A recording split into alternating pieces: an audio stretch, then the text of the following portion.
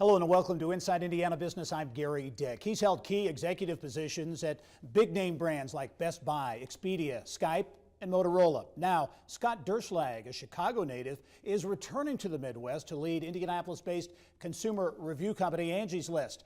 The company has been the target of much speculation about its future, including talk that Google and Amazon may take over that space.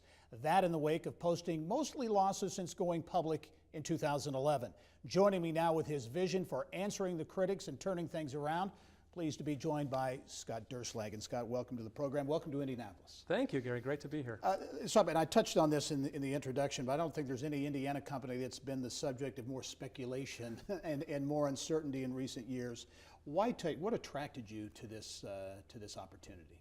Well, I really believe Angie's List is at the frontier of e-commerce right now. It really, if you think about it, it all started with Internet 1.0 information, Internet 2.0 transactions, e-commerce, the rise of Amazon, Internet 3.0 social, mobile, Facebook. It's all about relationships. Internet 4.0 is all about the power of place, and Angie's List has been all about that for the last 20 years. Local services is the essence of the power of place. You're talking about, you mentioned the word local. That talk of Google and Amazon coming in and dominating the space doesn't concern you. No, not at all. I've been competing against Amazon at Best Buy and against Google at Expedia.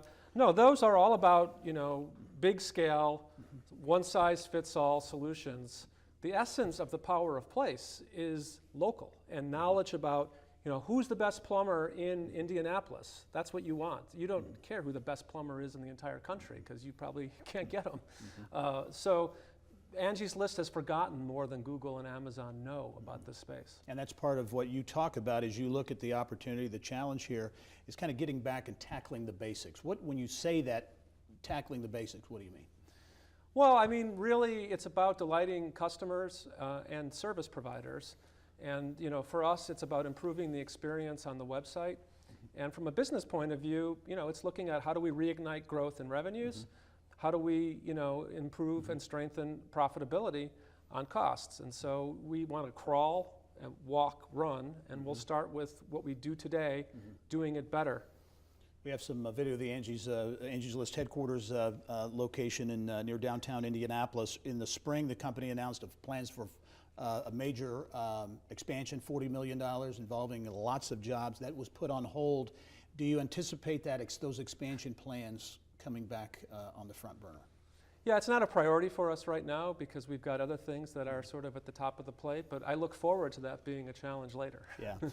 As you look at your background, and I mentioned some of the companies, Best Buy and others, your educational background, your undergrad, University of Chicago, MBA at Harvard, so you have the academic pedigree, but also what does your business experience, how does that play into this challenge you have at Angie's List now? Well, I mean, I really think that right now this is all about the movement really from what was initially kind of reviews and ad sales business was the history of Angie's List. Now it's moving into e-commerce and becoming a marketplace.